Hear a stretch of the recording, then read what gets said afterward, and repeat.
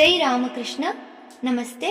ಯುಗಾವತಾರ ಶ್ರೀರಾಮಕೃಷ್ಣ ಗ್ರಂಥಾಧ್ಯಯನಕ್ಕೆ ತಮ್ಮೆಲ್ಲರಿಗೂ ಸ್ವಾಗತ. ಅಧ್ಯಾಯ 40. ರಾಮಪ್ರೇಮಿ ಜಟಾಧಾರಿ.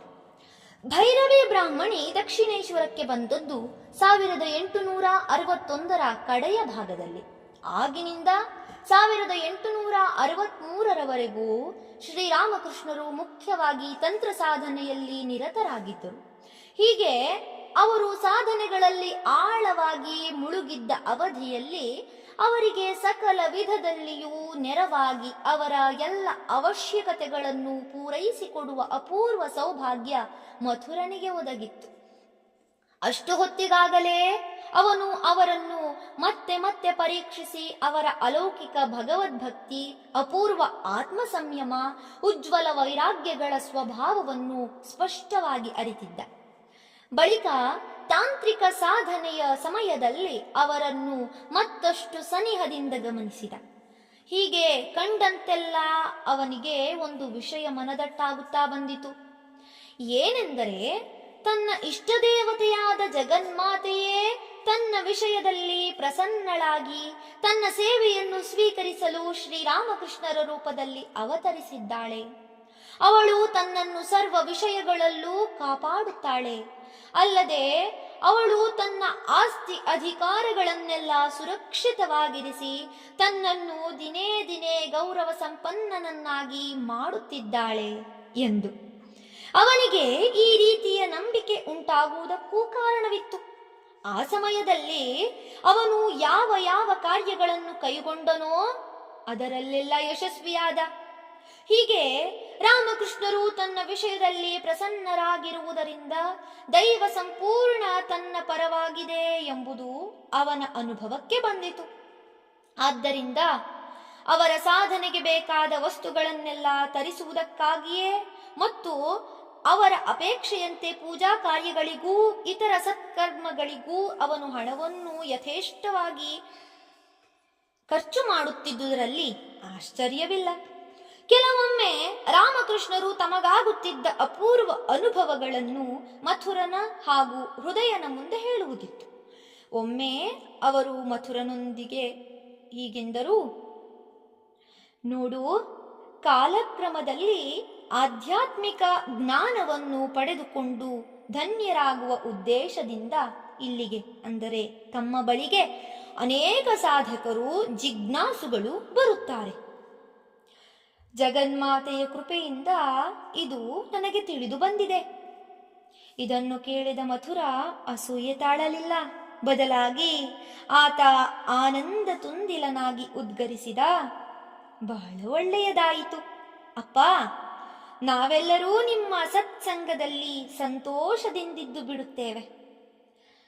ತಂತ್ರ ಸಾಧನೆಗಳ ಪರಿಣಾಮವಾಗಿ ಶ್ರೀರಾಮಕೃಷ್ಣರ ಆಧ್ಯಾತ್ಮ ಶಕ್ತಿಯ ಪ್ರಕಾಶ ದಿನದಿನಕ್ಕೂ ವೃದ್ಧಿಯಾಗುತ್ತಾ ಬಂದಂತೆ ಅವರ ಶ್ರೀಚರಣಗಳಲ್ಲಿ ಶರಣಾಗತನಾಗಿದ್ದ ಮಥುರನಿಗೆ ತನ್ನ ಉತ್ಸಾಹ ಸಾಹಸಗಳೂ ಹೆಚ್ಚುತ್ತಿರುವ ಅನುಭವವಾಯಿತು. ಆದರೆ ಇದರೊಂದಿಗೆ ಅವನಲ್ಲಿ ಆಧ್ಯಾತ್ಮಿಕ ಪ್ರವೃತ್ತಿಯೂ ವೃದ್ಧಿಯಾಯಿತೆಂದು ಅರ್ಥವಲ್ಲ. ಏಕೆಂದರೆ ಮೂಲತಃ ಅವನದು ರಾಜಸಿಕ ವ್ಯಕ್ತಿತ್ವ, ಪ್ರಾಪಂಚಿಕ ಮನೋಭಾವ. ಆದ್ದರಿಂದ ಆಧ್ಯಾತ್ಮಿಕವಾಗಿ ಮುಂದುವರಿಯಬೇಕೆಂಬ ಹಂಬಲ ಅವನಲ್ಲೆಂದೂ ಉಂಟಾಗಲಿಲ್ಲ. ಶ್ರೀರಾಮಕೃಷ್ಣರ ಸೇವೆಯನ್ನು, ಇತರ ಪುಣ್ಯ ಕಾರ್ಯಗಳನ್ನು ಮಾಡುವಷ್ಟರಿಂದಲೇ ಅವನು ಸಂಪೂರ್ಣ ತೃಪ್ತನಾಗಿದ್ದ. ಆದರೆ ಅವನ ಸ್ವಭಾವ ಅಂಥದಾದರೂ ರಾಮಕೃಷ್ಣರೇ ತನ್ನ ಬುದ್ಧಿ, ಅವರೇ ತನ್ನ ಶಕ್ತಿ, ಅವರೇ ತನ್ನ ಭರವಸೆ, ಇಹಪರಗಳಲ್ಲಿ ಅವರೇ ತನ್ನ ಏಕಮಾತ್ರ ಆಧಾರ ಸ್ವರೂಪರು ಮತ್ತು ಅವರೇ ತನ್ನ ಸಾಂಸಾರಿಕ ಶ್ರೇಯಸ್ಸಿನ ಮೂಲ ಕಾರಣರು ಎಂದು ನಿಸ್ಸಂದೇಹವಾಗಿ ತಿಳಿದಿದ್ದ. ಅವರ ಕೃಪೆಯೊಂದಿದ್ದು ಬಿಟ್ಟರೆ ತನಗಿನ್ನೇನೂ ಬೇಡ ಎಂಬ ನಂಬಿಕೆ ಅವನ ಮನಸ್ಸಿನಲ್ಲಿ ಬೇರೂರಿತ್ತು.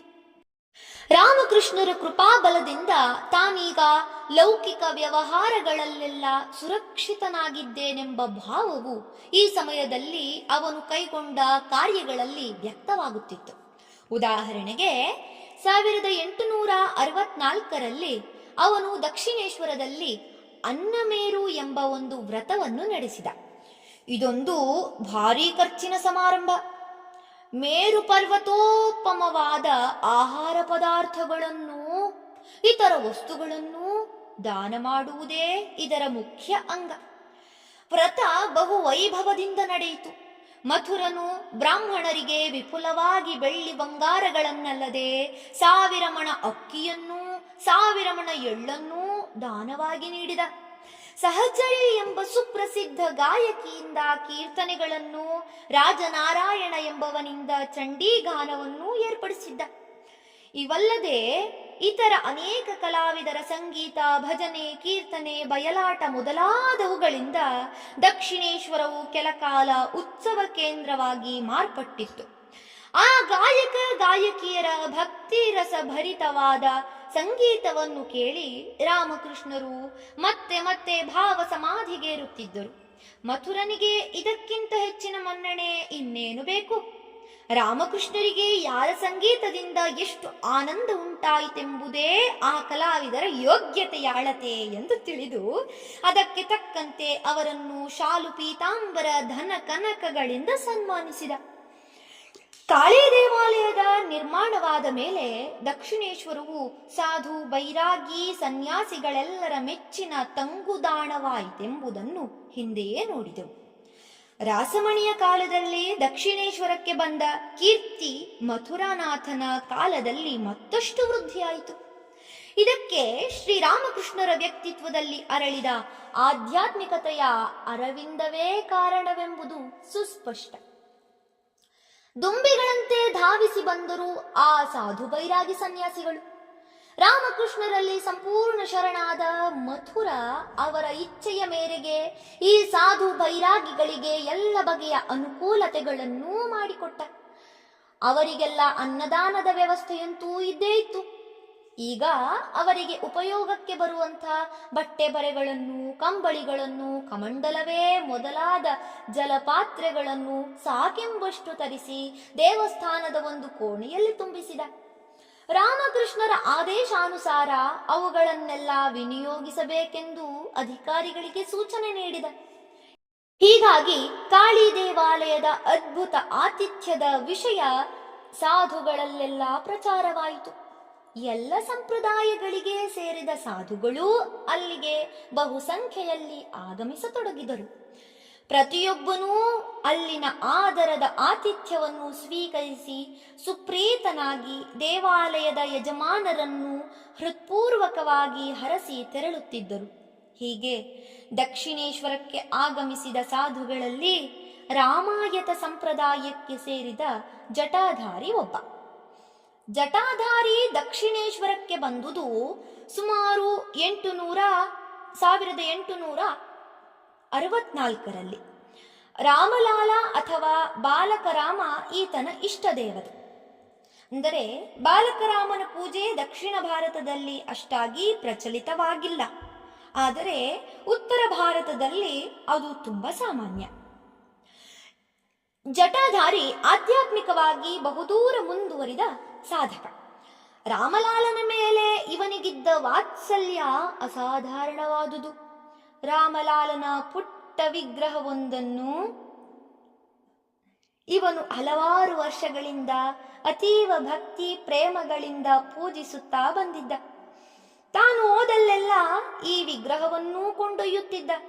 ಆ ಸುಂದರ ಮೂರ್ತಿಯ ನಿರಂತರ ಸೇವೆಯಿಂದ ಆತನ ಮನಸ್ಸು ದಿವ್ಯ ಪ್ರೇಮ ಭರಿತವಾಗಿ ಸಂಪೂರ್ಣ ಅಂತರ್ಮುಖವಾಗಿತ್ತು.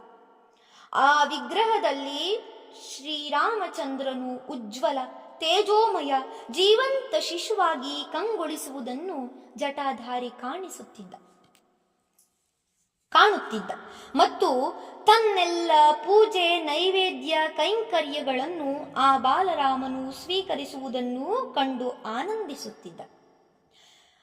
ಮೊದಲು ಅವನಿಗೆ ಯಾವಾಗಲಾದರೊಮ್ಮೆ ಇಂತಹ ಅಲೌಕಿಕ ದರ್ಶನವಾಗುತ್ತಿತ್ತು. ತೇಜೋಮಯ ಶರೀರಿಯಾಗಿ ಕಾಣಿಸಿಕೊಳ್ಳುತ್ತಿದ್ದ ಬಾಲರಾಮನ ಆ ಅದ್ಭುತ ದರ್ಶನ ಅವನನ್ನು ಆನಂದದ ಕಡಲಿನಲ್ಲಿ ಮುಳುಗಿಸಿ ಬಿಡುತ್ತಿತ್ತು. ಆದರೆ ಸಾಧನೆಯಲ್ಲಿ ಮುಂದುವರಿದಂತೆಲ್ಲ ಆ ದರ್ಶನವೂ ಹೆಚ್ಚು ಹೆಚ್ಚು ನಿಚ್ಚಳವಾಗುತ್ತಾ ಬಂದಿತು ಮತ್ತು ಅಡಿಗಡಿಗೆ ದೀರ್ಘಾವಧಿಯವರೆಗೆ ಗೋಚರವಾಗತೊಡಗಿತು. ಕ್ರಮೇಣ ಅವನಿಗೆ ಇದೊಂದು ದಿನನಿತ್ಯದ ವ್ಯವಹಾರವಾಗಿ ಪರಿಣಮಿಸಿತು. ರಾಮಲಾಲನು ಅವನ ಕಣ್ಣೆದುರಿಗಿನ ಇತರೆಲ್ಲ ವಸ್ತುಗಳಷ್ಟೇ ಸ್ಪಷ್ಟವಾಗಿ ಕಾಣಿಸಿಕೊಳ್ಳತೊಡಗಿದ. ನಿರಂತರವಾಗಿ ನಯನಾನಂದವನ್ನು ನೀಡುತ್ತಿರುವ ರಾಮಲಾಲನು ಜಟಾಧಾರಿಯ ಹೃದಯ ಪುತ್ಥಳಿಯಾದ. ಹೀಗೆ ಬಾಲಕ ರಾಮ ಅವನ ಪಾಲಿಗೆ ನಿತ್ಯ ಸಹಚರನಾದ.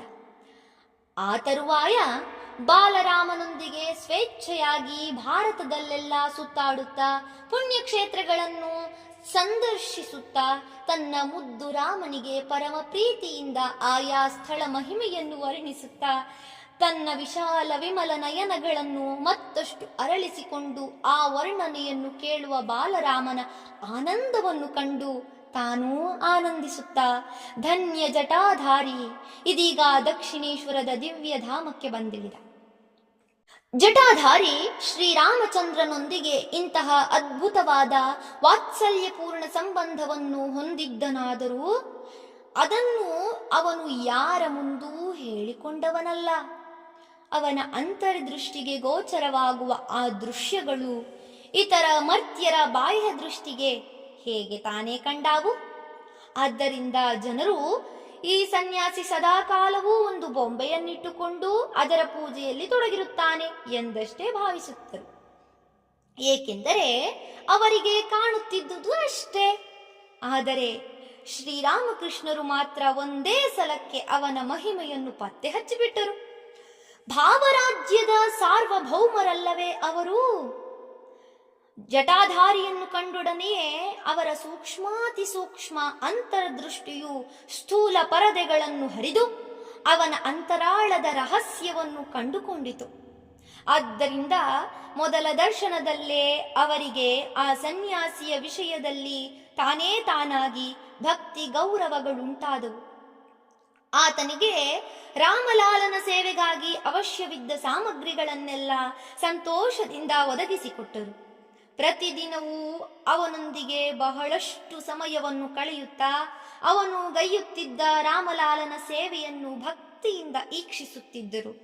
ಬಹು ಶೀಘ್ರದಲ್ಲೇ ಜಟಾಧಾರಿ ರಾಮಕೃಷ್ಣರ ನಡುವೆ ಪರಸ್ಪರ ಗೌರವಪೂರ್ವವಾದ ಅತಿ ನಿಕಟ ಬಾಂಧವ್ಯ ಬೆಳೆದು ಬಂದಿತು. ಧನ್ಯವಾದಗಳು. ಇಂದಿಗೆ ಅಧ್ಯಾಯ 40 ಸಂಪೂರ್ಣವಾಯಿತು. ಮುಂದಿನ ಸಂಚಿಕೆಯಲ್ಲಿ ಹೊಸ ಅಧ್ಯಾಯವನ್ನು ಪ್ರಾರಂಭಿಸೋಣ. ಓಂ ಶಾಂತಿ ಶಾಂತಿ ಶಾಂತಿ. ಹರಿ ಓಂ ತತ್ಸತ್. ಶ್ರೀರಾಮಕೃಷ್ಣಾರ್ಪಣಮಸ್ತು. ಸರ್ವೇ ಜನ ಸುಖಿನೋ ಭವಂತು. ಜೈ ಶ್ರೀಮಾತಾ.